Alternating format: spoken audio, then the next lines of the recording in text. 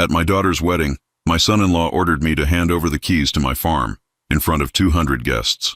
When I said no, he slapped me so hard I lost my balance. I walked out and made a call. He went hysterical when he saw who it was. I'm glad to have you here. Follow my story until the end and comment the city you're watching from, so I can see how far my story has reached. I never imagined my daughter's wedding day would end with me bleeding on the marble floor of the reception hall, but that's exactly what happened when Alan showed his true colors in front of 200 guests. The day started like any father's dream. Avery looked radiant in her grandmother's vintage lace dress, the same one my late wife Margaret wore 32 years ago. I walked her down the aisle of the old chapel, fighting back tears as she squeezed my arm and whispered that she wished Mom could see her. For a moment, everything felt perfect. For a moment, I forgot about the growing unease I'd been carrying about Alan for months. The ceremony itself was beautiful. Avery glowed with happiness, and I forced myself to smile whenever Alan's eyes met mine. He had that practiced charm, the kind that fooled everyone except those who looked closely enough. I'd learned to look closely over the past 2 years, ever since he started asking pointed questions about the ranch property, about my will, about what would happen to the land when I was gone. But weddings have a way of bringing out people's true nature, and Alan's mask began slipping during the cocktail hour. I was standing near the bar, nursing a whiskey and watching Avery laugh with her college friends, when Alan appeared beside me. His bow tie was loosened, his face flushed from champagne, and there was something different in his eyes. Something harder. "Clifford," he said, clapping his hand on my shoulder with more force than necessary. "We need to talk." I turned to face him, noticing how several nearby guests had quieted their conversations. "What about son?" The word son seemed to irritate him. His jaw clenched slightly before he forced another smile. "About the ranch, about Avery's future. Our future." "This isn't the time or place, Alan." I kept my voice low, hoping to diffuse whatever was brewing. "It's your wedding day. Enjoy it." But Alan had other plans. He stepped closer, his voice dropping to a whisper that somehow felt more threatening than if he'd shouted. "Actually, it's the perfect time. All these witnesses around. All these important people from both our families." A chill ran down my spine. The way he said witnesses made my stomach turn. I glanced around and realized we were surrounded by his business associates, his family members, people I barely knew. Avery was across the room, still laughing with her friends, oblivious to what was unfolding. "Alan, whatever you're thinking." "I'm thinking," he interrupted, his voice rising just enough for others to hear, "that it's time for some generosity, some real family support." That's when I saw it. He reached into his jacket pocket and pulled out a small velvet box. For a moment, I thought it might be another wedding gift, but when he opened it, my blood ran cold. Inside was a set of keys, my keys, the keys to the ranch house, the barn, the equipment shed, keys I'd definitely not given him. "How did you get those?" I asked, my voice barely steady. Alan's smile turned predatory. "Avery made copies. She thought it would be a nice surprise. A symbolic gesture." He held the box higher, making sure the people around us could see. "But I think we need the originals, don't you? Along with the deed transfer papers." The whiskey in my glass trembled as my hand shook with anger. "The what?" "Come on, Clifford, don't play dumb." His voice was loud enough now that conversations around us had stopped entirely. "Avery's your only child. The ranch should be hers, should be ours. And frankly, a man your age shouldn't be carrying that kind of burden alone." I felt the weight of 200 pairs of eyes on us. The music had stopped. Even the waitstaff had paused in their duties. Alan had orchestrated this perfectly, creating a public moment where any refusal on my part would look selfish, unreasonable. "The ranch isn't going anywhere," I said carefully, "and this isn't a conversation for—" "For when? When you're dead?" Alan's mask slipped completely now. "Avery deserves security now. We both do. And that ranch is sitting there, wasted on an old man who can barely manage it anymore." The insult hit like a physical blow. Several guests gasped audibly. I saw Avery's Aunt Martha cover her mouth in shock. In the distance, I could see Avery had finally noticed the commotion and was making her way over, her dress trailing behind her, confusion written across her face. I said, "No, Alan." My voice was steadier than I felt. And I meant it. That's when everything changed. Alan's face twisted with rage, all pretense of civility gone. He stepped closer. his breath hot with champagne and fury. "You stubborn old fool. Do you have any idea who you're messing with?"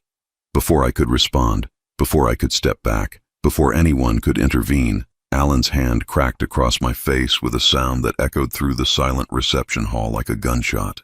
The slap was hard enough to knock me off balance. My left foot slipped on the polished marble and I went down hard, my hip hitting the floor first, then my shoulder. Pain exploded through my body as I lay there, stunned, the taste of blood filling my mouth where I'd bitten my tongue. For a moment, there was absolute silence. Then the whispers started, rising like a wave. "Did he just hit him? Oh my God, did you see that? Someone call security." I pushed myself up on my elbow, looking around at the circle of horrified faces surrounding me. Alan stood over me, his chest heaving, his fists still clenched. He looked as shocked as everyone else, as if he couldn't believe what he'd just done. That's when I saw Avery. She was standing at the edge of the crowd, her hands pressed to her mouth, tears streaming down her cheeks. But she wasn't moving toward me.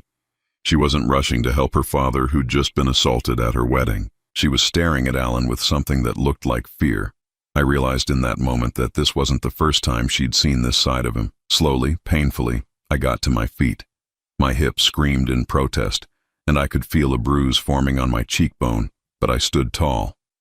I looked Alan straight in the eye, then let my gaze sweep across the crowd of guests, many of whom I'd known for decades. "I think," I said quietly, my voice carrying in the stunned silence, "this reception is over." I turned and walked toward the exit, my leg aching with every step. Behind me, I could hear Alan's voice, higher now, desperate. "Clifford, wait, I didn't mean. That was. We can work this out." I didn't turn around. I didn't acknowledge him. I simply walked out of the reception hall, out of the hotel, and into the parking lot where my truck was waiting. Once I was safely inside the cab, I pulled out my phone. My hands were still shaking, but I managed to find the contact I needed. The phone rang once, twice. Then a familiar voice answered. "Clifford, how did the wedding go?" I closed my eyes, feeling the weight of what I was about to unleash. "Robert, I need you to come to Houston tonight. It's time." There was a pause. "Are you sure? Once we do this, there's no going back." I looked back at the hotel, where I could see figures moving behind the lit windows of the reception hall. Somewhere in there, my daughter was probably crying. Somewhere in there, Alan was probably trying to explain away what had just happened. Somewhere in there, the life I'd built for the past 25 years was crumbling. "I'm sure," I said. "It's time everyone knew the truth about the ranch." As I drove away, I caught a glimpse of Alan in my rearview mirror. He was standing in the hotel's entrance, frantically talking on his phone, his face white with panic. He had no idea what was coming for him, but he was about to find out. The drive back to the ranch gave me too much time to think about how we'd gotten to this point. 25 miles of dark highway stretched before me, and with each mile, the memories came flooding back. Not the good ones from Avery's childhood, but the slow, systematic destruction of our relationship that Alan had orchestrated over the past 2 years. It started small, the way these things always do, little comments that seemed innocent enough at first. "Dad seems really tired lately, doesn't he?" Avery would say during our Sunday dinners. "Maybe he's working too hard on the ranch." At first, I thought she was being caring. My 68-year-old body did ache more than it used to, and managing 800 acres of cattle ranch wasn't getting any easier. But then the comments became more frequent, more pointed. "Alan thinks you should consider hiring more help," she mentioned one evening as we sat on the porch watching the sunset. "He's worried about you handling everything alone." Alan, who had never set foot on a working ranch before meeting my daughter. Alan, who wore designer suits to family barbecues and complained about the dust. Alan was worried about me. The real manipulation started about 18 months ago, right after Alan proposed. Suddenly, every conversation with Avery included his opinions, his concerns, his suggestions. He was always the reasonable one, the practical one, the one looking out for everyone's best interests. "Alan says it's not fair that I don't have any legal claim to the ranch," Avery told me one day, her voice carefully neutral. "He says most fathers would have already started the transfer process." I remember the way my coffee tasted bitter that morning, the way my chest tightened with something I couldn't name yet. "Transfer process?" "You know, putting the property in my name, for tax purposes." Alan's looked into it. He says we could save thousands in estate taxes if we plan ahead. Alan again. Always Alan with his research, his plans, his convenient solutions to problems I didn't know I had. The worst part was watching my daughter change. Avery had always been independent, strong-willed like her mother. She'd worked summers on the ranch, knew every fence line and water tank, but gradually, Alan's voice started coming out of her mouth. "Dad, you're being stubborn about this ranch thing," she said during one particularly tense dinner. "Alan just wants to help. He has experience with property management." Property management. As if the Double C Ranch was just another real estate investment. As if the land my grandfather homesteaded in 1923 was just a business asset to be optimized. "What kind of experience?" I asked, though I already knew the answer would disappoint me. "He manages several commercial properties in Houston. He knows about land values, market trends, that sort of thing. Not the kind that involved getting up at 4:30 every morning to check on pregnant cows. Not the kind that meant repairing fence in 100-degree heat or losing sleep during drought years, praying the wells wouldn't run dry." The pressure intensified after they got engaged. Alan started showing up uninvited, usually when Avery wasn't around. He'd walk around the property with his phone out, taking pictures, asking questions about acreage and mineral rights. "Just curious," he'd say with that practiced smile, trying to understand Avery's heritage. But heritage wasn't what he was calculating. I caught him on the phone one afternoon, standing by the barn and talking to someone about land comps and development potential. When he saw me approaching, he ended the call quickly. "Business call," he explained. "You know how it is." I didn't know how it was. I'd never made a business call standing in someone else's barn without permission. The lies started small too. Alan would tell Avery that I'd agreed to things I'd never agreed to, that I'd said things I'd never said. Dad told Alan he's ready to slow down, Avery informed me one Sunday. "He's excited about having you take over more of the operations." I stared at my daughter across the dinner table, searching her face for any sign that she knew this wasn't true. But she believed him. She wanted to believe him. "When did I say that?" I asked carefully. "Last week when you two talked by the south pasture. Alan said you seemed relieved to have someone to share the burden with." I remembered that conversation. Alan had cornered me while I was checking the fence line, asking pointed questions about profit margins and operating costs. I'd given him short answers and walked away as soon as I could. Somehow he'd interpreted my politeness as enthusiasm for his involvement. The gaslighting escalated from there.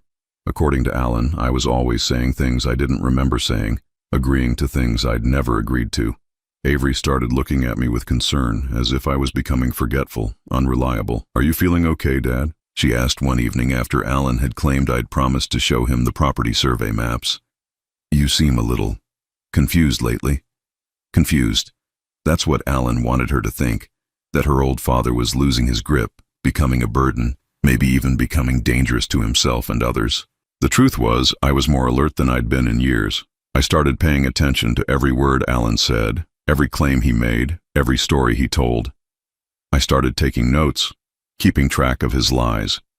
And I started making phone calls. The first call was to my lawyer, Jim Morrison, who'd handled my affairs for 20 years. "Has anyone contacted you about transferring the ranch property?" I asked him. "No, Clifford. Should someone have?" "Alan Peterson, Avery's fiancé. He's been telling her that property transfers are common for tax purposes." There was a long pause. "Clifford, you know the situation with the ranch. That's not exactly accurate." I knew the situation. I'd known it for 25 years, but Alan didn't know it, and neither did Avery. I'd been carrying that secret alone since Margaret died, protecting my daughter from a truth that would have complicated her life unnecessarily. "I think it's time to make some calls, Jim." "Are you sure?" "Once we start this process, I'm sure." The second call was harder. Robert Hawthorne had been my contact for 25 years, checking in quarterly, managing the financial aspects of my position. He was surprised to hear from me outside our normal schedule. "Is everything all right, Clifford?" "I think it's time to reveal the arrangement," I told him. "My daughter's getting married to someone who doesn't understand the situation. That's a big decision." "Are you certain?" I thought about Alan's hands on my daughter, his voice in her ear, his plans for property that wasn't mine to give. "I'm certain." The third call was the most difficult. Dr. Patricia Santos had been our family physician for 15 years. She'd delivered Avery, held Margaret's hand during the cancer treatments, and helped me through the darkest period of my life. Patricia, I need you to do something for me. I need a complete physical and cognitive evaluation. Clifford, you just had your annual physical 3 months ago. Everything was fine. I know, but I need documentation. Official documentation that I'm mentally competent and physically capable. There was a pause. Is someone suggesting otherwise? I explained the situation as carefully as I could. How Alan was painting me as confused, forgetful, unable to manage my responsibilities. How Avery was starting to believe it. That son of a bitch, Patricia said, her professional demeanor slipping. Excuse my language, but that's emotional abuse. Textbook manipulation. Can you help me? I'll do you one better. I'll run every test in the book. Blood work, cognitive assessment, physical capability evaluation. When I'm done, you'll have documentation that you're sharper than most 40-year-olds. The results came back exactly as Patricia predicted. Perfect blood pressure, excellent cognitive function, physical capabilities well above average for my age group. I kept the medical reports in my safe, along with the other documents that would soon become very important. But I made one mistake during those months of preparation. I underestimated how far Alan would go to get what he wanted. I thought he'd keep pushing gradually, wearing me down with patience and persistence. I thought he'd continue the psychological campaign, slowly convincing Avery that her father was becoming unreliable. I never imagined he'd try to humiliate me publicly at his own wedding. I never thought he'd be desperate enough to demand the ranch keys in front of 200 witnesses, and I certainly never expected him to hit me. That slap changed everything. It moved up my timeline by months, forced my hand in a way I hadn't planned. But maybe that was for the best. Maybe it was time for Alan to learn that some secrets are worth keeping, and some lies have consequences he could never imagine. As I pulled into the ranch driveway, I could see my phone lighting up with missed calls. Avery, probably, maybe Alan, definitely people who'd witnessed what happened at the reception and wanted to know what came next. But there was only one call I cared about making. I dialed Robert's number again as I sat in my truck, looking out at the land I'd protected for 25 years. Robert, it's Clifford again. How soon can you get the board members to Houston? If it's urgent, I can have them here by tomorrow morning. I touched my swollen cheek, felt the ache in my hip where I'd hit the marble floor. It's urgent. Alan Peterson just made the biggest mistake of his life. It's time he learned who really owns the Double C Ranch. The truth about the Double C Ranch began 25 years ago, on the worst day of my life. Margaret had been fighting cancer for 18 months, and we'd spent our life savings on treatments that ultimately couldn't save her. I was sitting in the hospital billing office, staring at invoices totaling over $300,000, when the ranch foreman found me there. Mr. Clifford, he said, his hat in his hands. I'm real sorry to bother you at a time like this, but we got a problem. The problem was drought, the worst in 50 years. Our cattle were dying, our wells were running dry, and we had no money left to drill new ones. The bank was already circling, talking about foreclosure. Margaret was gone. Avery was only 7 years old, and I was about to lose everything my family had built since 1923. That's when Robert Hawthorne knocked on my door. I'll never forget that evening. I was sitting on the porch watching the sun set over land that might not be mine much longer when a black sedan pulled up the drive. A man in an expensive suit got out, carrying a leather briefcase and wearing the kind of confident expression that comes with serious money. Mr. Wellington, I'm Robert Hawthorne, representing the Meridian Investment Consortium. I understand you might be interested in a business arrangement. I was too exhausted to be polite. If you're here to make a lowball offer on my ranch, you can save us both some time. Actually, he said, settling into the porch chair beside me without invitation, I'm here to offer you something quite different. A chance to keep your ranch and solve your financial problems. Permanently. He opened his briefcase and pulled out a thick contract. Meridian specializes in agricultural preservation. We buy ranches and farms from families in crisis, then lease them back to the original owners for management. You keep your home, your livelihood, your legacy. We handle the finances. I was skeptical. What's the catch? No catch. You become our ranch manager. We pay you a generous salary, cover all operating expenses, and handle improvements and expansions. From the outside, nothing changes. You're still Clifford Wellington running the Wellington Ranch. But legally, the property belongs to Meridian. For how long? Indefinitely. As long as you want the arrangement to continue. When you're ready to retire, we'll work out a transition plan. If you want to buy the property back someday, we'll negotiate fair terms based on current market value. I stared at the contract, my mind racing. Why would you do this? What do you get out of it? Robert smiled. Meridian isn't just any investment group, Mr. Wellington. We represent some very wealthy individuals who believe in preserving American agricultural heritage. They don't need immediate returns. They're playing a longer game. Who are these people? That's confidential. But I can tell you they're patriots who understand that family ranches like yours are the backbone of this country. They'd rather see them preserved and properly managed than broken up and sold to developers. The offer was too good to be true. Salary of $60,000 a year, plus full benefits. All ranch expenses covered, complete autonomy in day-to-day operations, and most importantly, Avery would inherit my position when I was gone, along with the option to eventually buy back the land. I need time to think, of course, but Mr. Wellington, the bank is planning to start foreclosure proceedings next week. This offer expires in 48 hours. I signed the contract that night. What choice did I have? I was drowning, and Meridian threw me a lifeline. The next morning, trucks arrived with drilling equipment. Within a week, we had 3 new wells producing clean water. Within a month, the cattle were healthy again. Within 6 months, the ranch was more profitable than it had ever been under my ownership. For 25 years, the arrangement worked perfectly. Meridian sent quarterly checks, covered all major expenses, and never interfered with my decisions. Robert visited 4 times a year, always friendly and supportive. I was the ranch manager, but to everyone else, I was still the owner. Even Avery believed the ranch belonged to me. I planned to tell her the truth when she turned 21, but she was in college then, focused on her studies and her social life. When she graduated, she moved to Houston for her career. The ranch wasn't part of her immediate future, so I kept postponing the conversation. Then Alan came along and everything changed. The first time he visited the ranch, he walked around like he was conducting an appraisal. He asked pointed questions about acreage, mineral rights, and land values. He wanted to see property records, tax assessments, and profit statements. Just trying to understand Avery's inheritance, he explained when I caught him photographing the barns and equipment.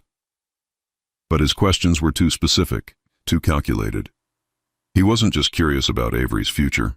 He was planning something. I called Robert that week. We might have a problem. What kind of problem? Avery's boyfriend is asking a lot of questions about the property. He's pushing for information I can't give him without revealing the arrangement. How serious is the relationship? Serious enough that he's talking about marriage.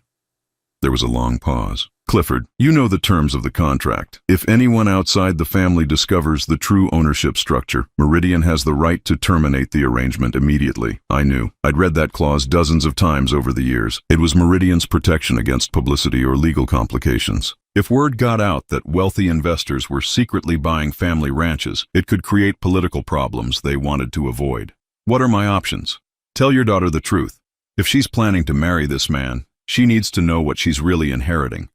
But every time I tried to tell Avery, Alan was there, steering the conversation in different directions, asking his own questions, making his own assumptions. He assumed the ranch was valuable property that would someday belong to Avery. He assumed I was a wealthy landowner who could afford to be generous with wedding gifts and financial support. He had no idea that I was essentially a well-paid employee managing someone else's investment. The pressure intensified after they got engaged. Alan started making comments about improvements he wanted to make, changes he envisioned for the property. He talked about subdividing pastures, developing recreational facilities, maybe even selling off parcels for residential development. This place has incredible potential, he told me one afternoon, standing on the hilltop overlooking the main house. With the right marketing, we could turn this into a destination ranch, wedding venue, corporate retreats, that sort of thing. My blood ran cold. The Meridian contract specifically prohibited any commercial development without board approval. Alan was planning to turn a working cattle ranch into a tourist attraction. That's not really my vision for the place, I told him carefully. Well, it won't be your decision much longer, will it? He smiled, but there was steel in his voice. Once Avery and I are married, we'll be the ones making those choices. That's when I realized Alan wasn't just planning to inherit the ranch. He was planning to take it over while I was still alive. He was maneuvering to push me aside, convince Avery that I was too old and stubborn to manage the property effectively. I started documenting everything, every conversation, every demand, every lie he told Avery about what I'd supposedly agreed to. I also started preparing for the inevitable confrontation. The medical evaluation was just the beginning. I also had my lawyer prepare a complete dossier on Alan Peterson. His credit history, his business dealings, his previous relationships. What we found wasn't pretty. Alan had a pattern of targeting women with assets. His first marriage had ended when his wife discovered he'd been secretly borrowing against her inherited property. His business partnerships consistently failed, leaving his partners holding the debt while Alan moved on to new opportunities. But the most damaging information came from his current employer. Alan was facing an internal investigation for questionable expense reports and unauthorized use of company resources. He was likely to be fired within the next 6 months. He was desperate, and desperate men do dangerous things. I should have told Avery everything before the wedding. I should have sat her down and explained the whole situation, from the Meridian contract to Alan's financial problems. But I kept hoping she'd see through his manipulation on her own. I kept believing that my smart, independent daughter would recognize what was happening. Instead, Alan escalated to public humiliation and physical violence. He forced my hand in the worst possible way, in front of the worst possible audience. Now, sitting in my truck in the ranch driveway, I knew there was no going back. Tomorrow morning, Robert would arrive with the Meridian board members. Alan would learn that he'd just assaulted the manager of a ranch owned by some very powerful people who didn't appreciate threats to their investments or attacks on their employees. My phone rang, interrupting my thoughts. Alan's name flashed on the screen. I let it go to voicemail, then listened to his message. Clifford, look, I know things got out of hand tonight. I was stressed, maybe had too much champagne. But we're family now, and family works things out. Call me back. We need to talk about moving forward. Moving forward. As if slapping me in front of 200 witnesses was just a minor bump in our relationship. As if tomorrow would bring business as usual. Alan had no idea what was coming for him. But in about 12 hours, he was going to get an education in the difference between seeming to own something and actually owning it. And more importantly, he was going to learn that some people have friends in very high places. I was up before dawn as usual, but this morning felt different. Every sound seemed amplified, the coffee maker gurgling, my boots on the hardwood floor, the distant lowing of cattle in the east pasture. Today was the day Alan Peterson would learn that some secrets have consequences. Robert called at 6:15. We're about an hour out from the ranch. The board members flew in from Dallas, Denver, and Phoenix. They're not happy about being pulled away from their schedules, but when I explained the situation, they agreed this needed immediate attention. How much should I tell them about Alan? Everything. They'll want to understand exactly what kind of threat we're dealing with. I spent the next hour preparing. I pulled out all my documentation, the medical reports proving my competency, the legal assessment of Alan's character and financial situation, the recordings I'd made of our conversations over the past year. Everything that would paint a complete picture of what had been happening. At 7:30, 3 black SUVs pulled up the ranch road, kicking up dust in the morning sun. I watched from the kitchen window as 6 people got out, all wearing business attire that looked out of place against the backdrop of cattle pasture and mesquite trees. Robert led the group, looking exactly the same as he had 25 years ago. Beside him walked a woman in her 60s with silver hair and the bearing of someone accustomed to being the smartest person in the room. The others were men in their 50s and 60s, all carrying themselves with the quiet confidence that comes from real power. Clifford, Robert said as they approached the porch, I'd like you to meet the Meridian board. Margaret Caldwell, chairwoman. James Morrison, chief financial officer. David Chen, legal counsel. Thomas Wright, operations director. And Patricia Vasquez, risk management. I shook hands with each of them, noting their firm grips and direct eye contact. These weren't people who wasted time on pleasantries. Mr. Wellington, Margaret Caldwell said, her voice crisp and professional, Robert has briefed us on the situation. We understand you've been threatened and physically assaulted by someone attempting to gain control of this property. That's correct. And this person believes you own the ranch outright? He does. So does my daughter. I've maintained the fiction for 25 years as required by the contract. David Chen opened a briefcase and pulled out a tablet. We've been doing our own research on Alan Peterson since Robert called yesterday. What we've found is disturbing. He turned the tablet toward me, showing a detailed financial profile. Mr. Peterson is heavily in debt. Credit cards, personal loans, and what appears to be gambling obligations to some unsavory individuals. He owes approximately $150,000 to various creditors. Margaret Caldwell picked up the thread. More concerning is his employment situation. Our contacts at his firm confirm he's under investigation for embezzlement. He's been using company credit cards for personal expenses and billing clients for work that was never performed. They're planning to fire him next week, Patricia Vasquez added. He likely knows it's coming, which explains his desperation to secure assets through marriage. I felt a sick twist in my stomach. Does Avery know any of this? We doubt it, Thomas Wright said. Peterson has been very careful to present a successful facade. Expensive car, upscale apartment, designer clothes, all purchased on credit he can't afford to repay. James Morrison consulted his own tablet. The psychological profile is textbook predatory behavior. He targets women with assets, uses manipulation and emotional abuse to gain control, then systematically strips away their resources. His first wife lost her family's jewelry business to his debts, David Chen continued. His second serious relationship ended when the woman discovered he'd forged her signature on loan documents using her house as collateral. The picture was becoming clearer and uglier by the minute. Alan wasn't just an opportunist.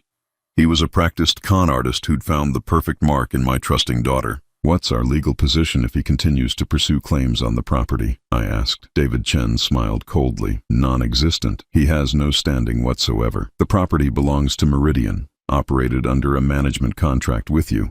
Even if he were legitimately married to your daughter, even if you wanted to transfer your management rights to them, he would need approval from this board. Which he'll never get, Margaret Caldwell said firmly. More importantly, Patricia Vasquez added, his assault on you last night was witnessed by over 200 people. We have statements from 6 witnesses who've already contacted our legal team. Mr. Peterson committed felony assault against a Meridian employee in the course of his duties. I blinked. Felony assault? Assault against a person over 65 is automatically elevated to a felony in Texas, David Chen explained. And since you were acting as our representative, it's also assault against a corporate officer. Mr. Peterson is looking at serious prison time. My phone rang, interrupting the conversation. Alan's name flashed on the screen. Margaret Caldwell gestured for me to answer it, while David Chen activated a recording app on his tablet. Alan. Clifford, thank God. Look, I've been thinking about last night, and I realize I owe you a huge apology. I was way out of line. The stress of the wedding, the champagne, you know how it is. Do I? Come on, don't be like that. We're family now. Family forgives and moves on. I'm thinking we should meet this morning, work out the details of the property transfer, get this ranch situation settled so there's no more confusion. I looked at Margaret Caldwell, who nodded for me to continue. Property transfer? Don't play dumb, Clifford. You know what I'm talking about. Avery deserves her inheritance, and frankly, after last night, I think it's clear you're not competent to manage the ranch anymore. The way you reacted to a simple business discussion, losing your temper like that, the audacity was breathtaking. He was actually trying to rewrite history, making it sound like I was the one who'd become violent.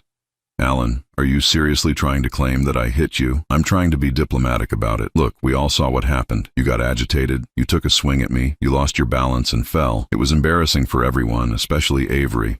Patricia Vasquez was furiously taking notes, while David Chen made sure the recording was capturing everything clearly. So you want me to transfer the ranch to you and Avery? It's the right thing to do, Clifford, and honestly, it's what Avery wants. She's been telling me for months how worried she is about you living alone out there, trying to manage everything by yourself. She'll feel so much better knowing the property is in responsible hands. Responsible hands, meaning yours, meaning ours. Look, I know you don't like me much, but I'm not going anywhere. Avery and I are married now. I'm going to be part of this family for the rest of your life. We can do this the easy way, or we can do it the hard way. There it was, the threat, delivered with that smooth confidence that had fooled my daughter for 2 years. What's the hard way, Alan? The hard way is lawyers and doctors and competency hearings. The hard way is Avery having to make some very difficult decisions about her father's mental state. The hard way is public embarrassment for everyone involved. Margaret Caldwell's expression had turned to ice. She gestured for me to keep him talking. And if I just sign over the ranch, all of that goes away? All of that goes away. We have a nice family dinner. We put last night behind us and we start fresh. I'm even willing to let you stay on as a sort of consultant. You could keep living in the house, help with day-to-day operations. Think of it as a comfortable retirement. The patronizing tone was unbearable. He was offering to let me stay in my own home as his employee, managing property he thought he was stealing from me. I need to think about it. Don't think too long, Clifford. I've got lawyers on speed dial, and Avery's getting more worried about you by the hour. She spent the whole night crying, asking if her father's losing his mind. He hung up before I could respond. I set the phone down and looked at the faces around me. 5 of the most powerful people I'd ever met, and they all looked furious. Textbook elder abuse, Patricia Vasquez said. Isolation, gaslighting, financial exploitation, and threats of institutionalization. It's all there. The recording is more than enough for criminal charges, David Chen added. Extortion, attempted fraud, and conspiracy to commit elder abuse. Margaret Caldwell stood up. Mr. Wellington, I want you to call Mr. Peterson back. Tell him you've decided to agree to his demands, but you need to meet in person to sign the papers. Tell him to come to the ranch this afternoon. You want him to come here? Oh, yes. We have some things to discuss with Mr. Peterson. It's time he learned exactly who he's been threatening. Thomas Wright checked his watch. I'll call our security team. They can be here in 2 hours. Security team? Robert smiled grimly. Meridian protects its investments, Clifford. And more importantly, we protect our people. Mr. Peterson assaulted one of our employees and attempted to defraud one of our properties. That requires a response. I thought about Avery, probably sitting in some hotel room right now, confused and heartbroken, believing that her father had somehow caused the disaster at her wedding. I thought about all the lies Alan had told her, all the ways he'd twisted her love for me into doubt and worry. What about my daughter? She doesn't know any of this. She will, Margaret Caldwell said firmly. After we're finished with Mr. Peterson, we'll sit down with your daughter and explain everything. The truth about the ranch, the truth about her husband, and the truth about what he's been doing to both of you. My phone buzzed with a text message from Alan. Noon at the ranch. Bring the deed and any other paperwork. Time to make this official. I showed the message to Margaret Caldwell. She smiled, but there was no warmth in it. Perfect. Mr. Peterson wants to make things official. We'll be happy to accommodate him. Alan arrived at the ranch 15 minutes early, driving his leased BMW like he owned the place. I watched from the kitchen window as he parked near the front porch, adjusting his tie and checking his reflection in the side mirror. He had no idea that 6 of the most powerful people in Texas were watching him from the barn, where they'd positioned themselves with a clear view of the house. The Meridian security team had arrived an hour earlier, 3 former federal agents, who now handled sensitive situations for the consortium.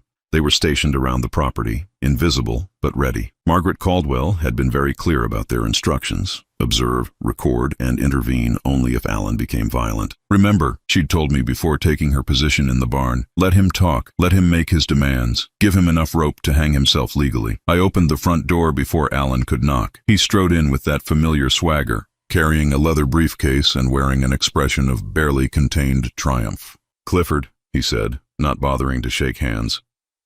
I'm glad you came to your senses. This is really the best thing for everyone. Is it? Absolutely. Avery's relieved that we're finally going to resolve this situation. She was so worried about you after last night. He set his briefcase on the dining table and opened it. I've brought all the necessary paperwork. Transfer of deed, power of attorney documents, everything we need to make this official. I stared at the papers he was spreading across my grandmother's dining table.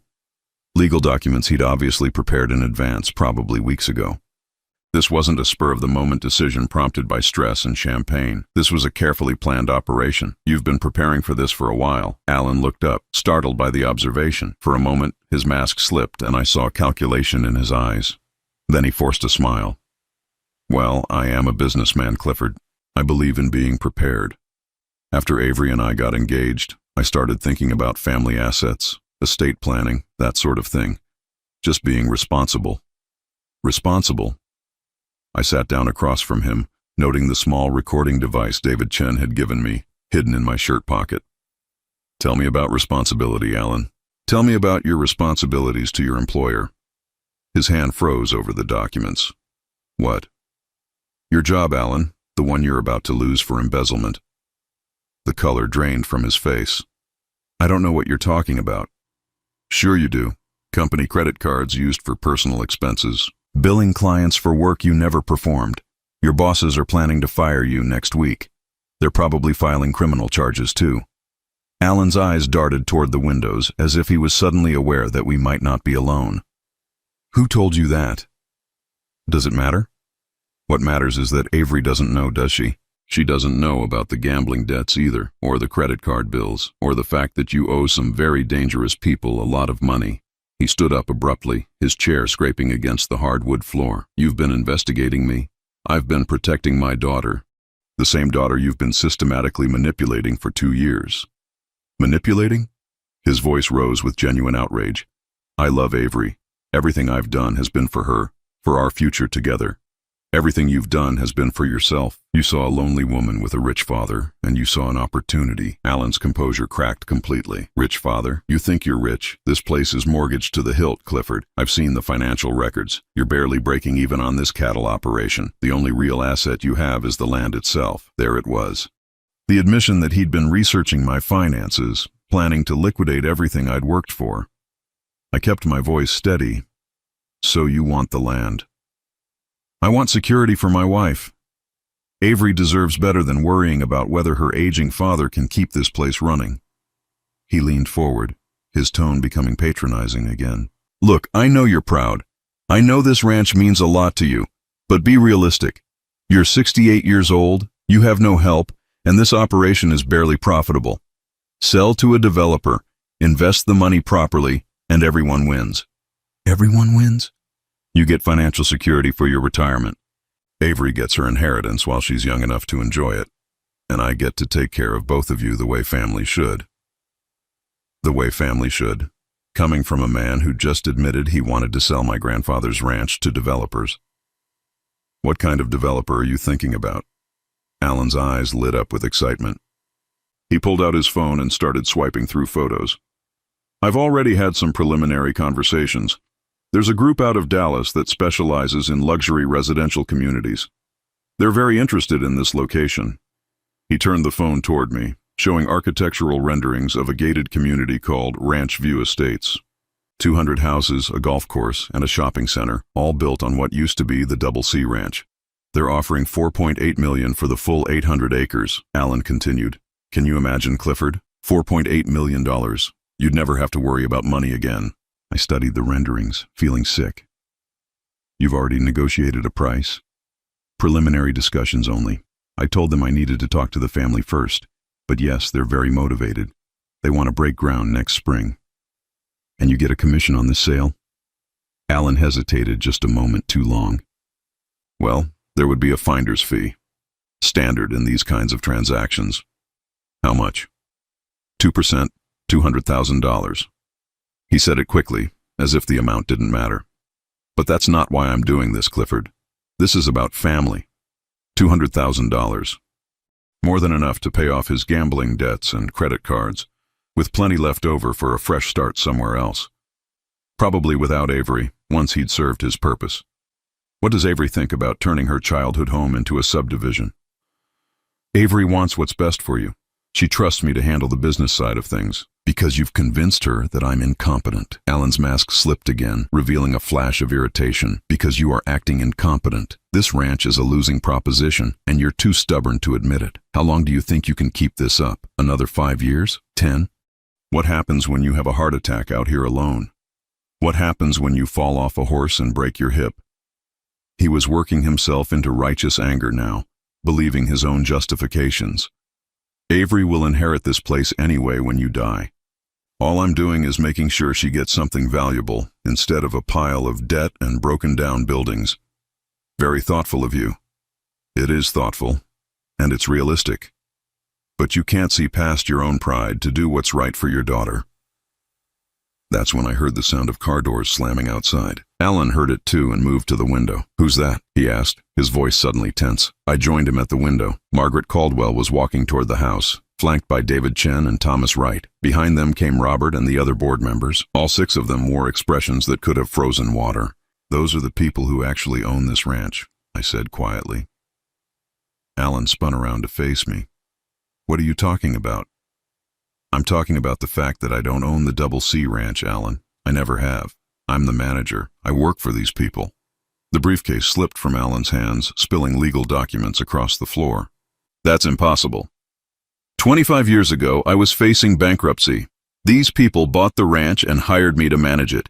Everything you've seen, everything you've planned, everything you've threatened me for, none of it belongs to me. Alan's face went through a series of expressions: confusion, disbelief, and finally understanding. You're lying. I wish I were, but those people walking up to my door, they represent a consortium worth about $2 billion. They own ranches, farms, and agricultural properties across 6 states. And you just spent the last year trying to defraud them. The knock on the door came exactly on cue. I opened it to find Margaret Caldwell and her team waiting on the porch. Mr. Wellington, she said formally, thank you for calling us. I believe you have someone here who wants to discuss property transactions. Alan was backing toward the far wall, his eyes wide with panic. This is a setup. No, Alan, I said sadly. This is reality. Something you've been avoiding for a very long time. Margaret Caldwell stepped into the room, her presence immediately dominating the space. Mr. Peterson, I presume?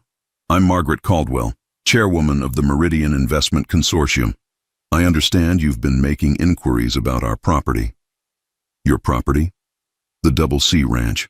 800 acres of prime Texas cattle land, purchased by Meridian in 1998.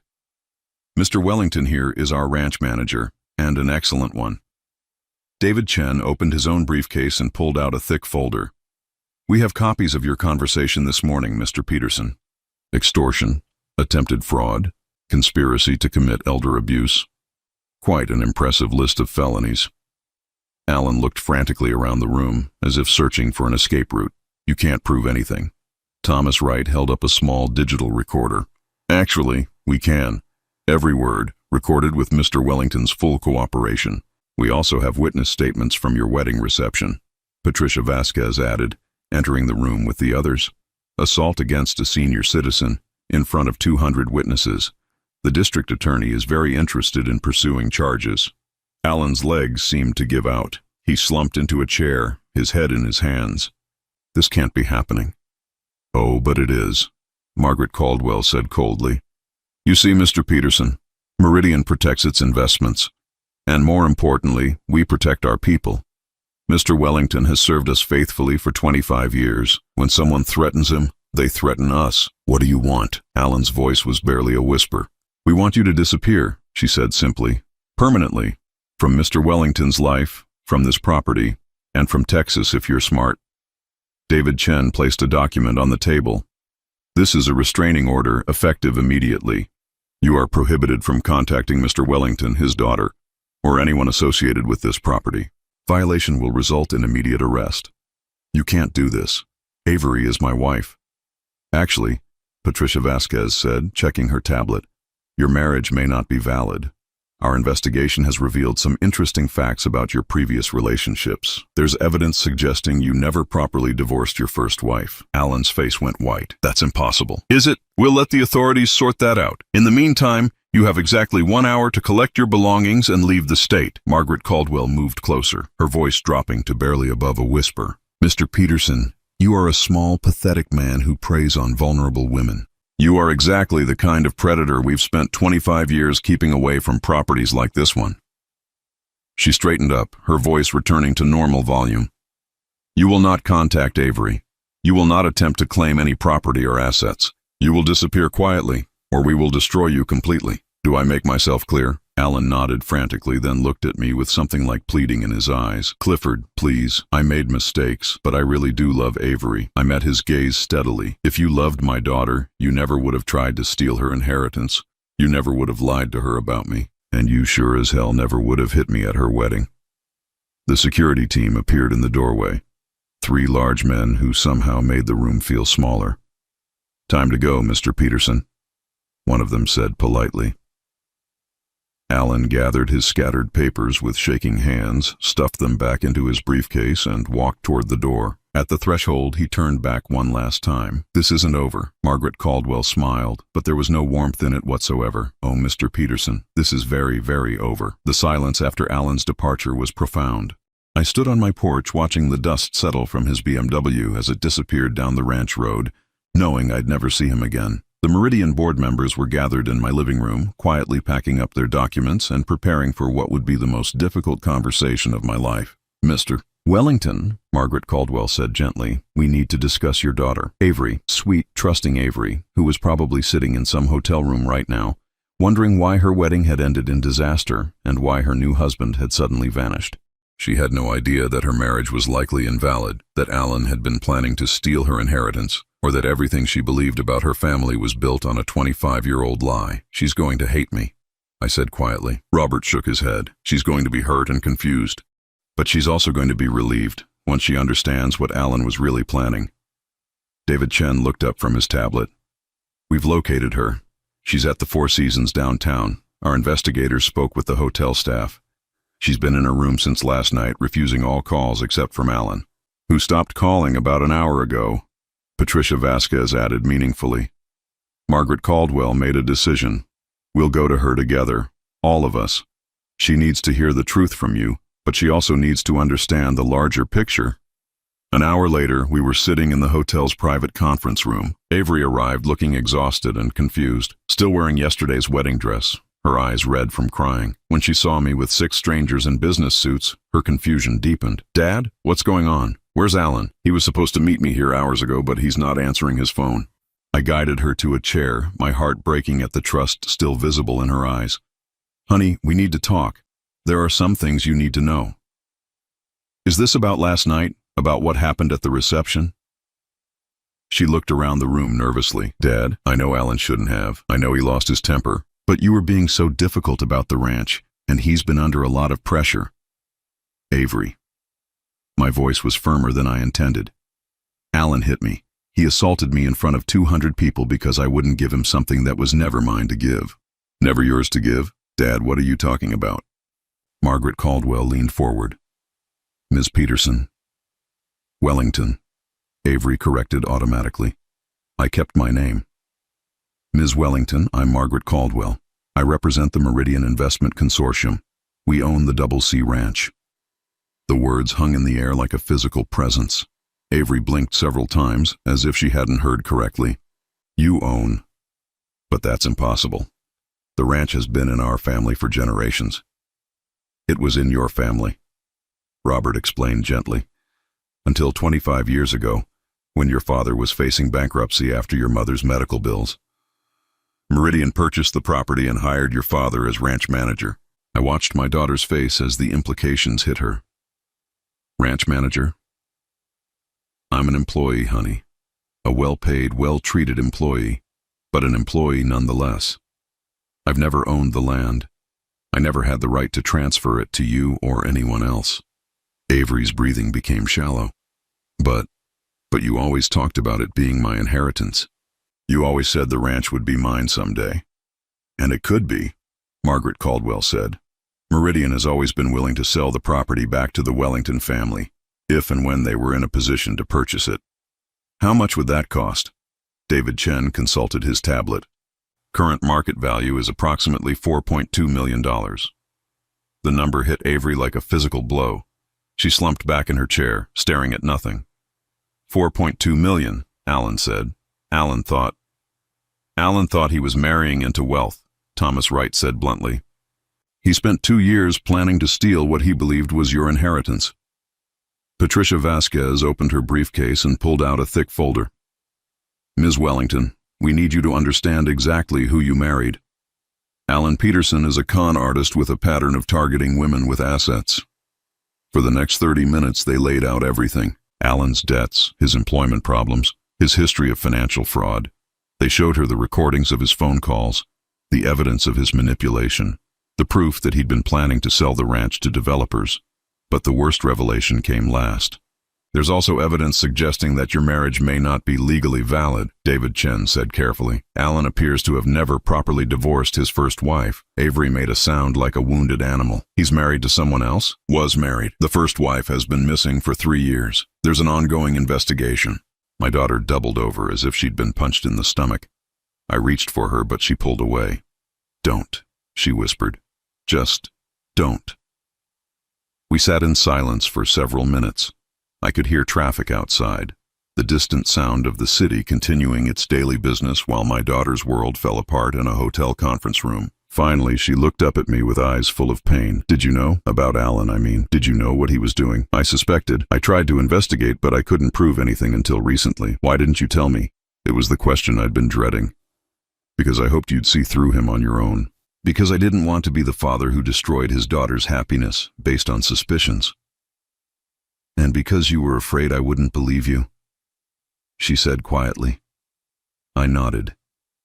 He was very good at making me look like the problem, making you doubt my judgment, my competency. Avery was quiet for a long time, processing everything she'd learned. When she finally spoke, her voice was steady but distant. I need time. I need to think about all of this. Margaret Caldwell stood up. Of course, take all the time you need. Mr. Wellington's position at the ranch is secure for as long as he wants it. And if you ever decide you want to discuss purchasing the property, we're always willing to negotiate with the Wellington family. After they left, Avery and I sat alone in the conference room. The silence stretched between us, filled with 25 years of secrets and 2 years of manipulation. I feel so stupid, she finally said. You're not stupid. You're trusting. There's a difference. Is there? I let a stranger convince me that my own father was losing his mind. I believed Alan when he said you were becoming forgetful, unstable. I actually started researching nursing homes, Dad. I was planning to have you declared incompetent. The confession hit me harder than Alan's slap had. Honey, no, let me finish. I let him poison my relationship with you. I let him make me doubt everything I knew about the man who raised me, who worked himself to the bone to give me a good life after Mom died. Tears were streaming down her face now. And for what? For a man who saw me as nothing but a path to money he could steal. I reached for her hand, and this time she didn't pull away. Alan was a professional. He knew exactly how to manipulate both of us.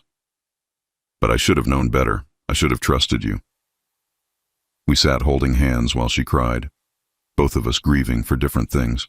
She was mourning the loss of her marriage, her trust, her sense of judgment. I was mourning the relationship we'd lost to Alan's lies, and the innocence she'd never get back. 3 months later, Avery moved back to the ranch. Not permanently, but for an extended stay while she sorted out the legal mess of her invalid marriage and rebuilt her life. The annulment was surprisingly simple once Alan's bigamy was confirmed. He never contested anything, probably because he was too busy staying ahead of both creditors and law enforcement. We never heard from him again. The last report from Meridian's investigators placed him in Mexico, apparently trying to start fresh with a new identity. I hoped he'd learned something from his experience, but I doubted it. Men like Alan Peterson rarely change. The ranch felt different with Avery there. She threw herself into the work with the intensity of someone trying to outrun her thoughts. She learned to mend fences, helped with cattle vaccinations, and took over the bookkeeping with an efficiency that impressed even Margaret Caldwell during her quarterly visits. Your daughter has excellent business instincts, Margaret told me one afternoon as we watched Avery negotiate with a cattle buyer. If she ever wants to make an offer on the property, I think the board would be very receptive.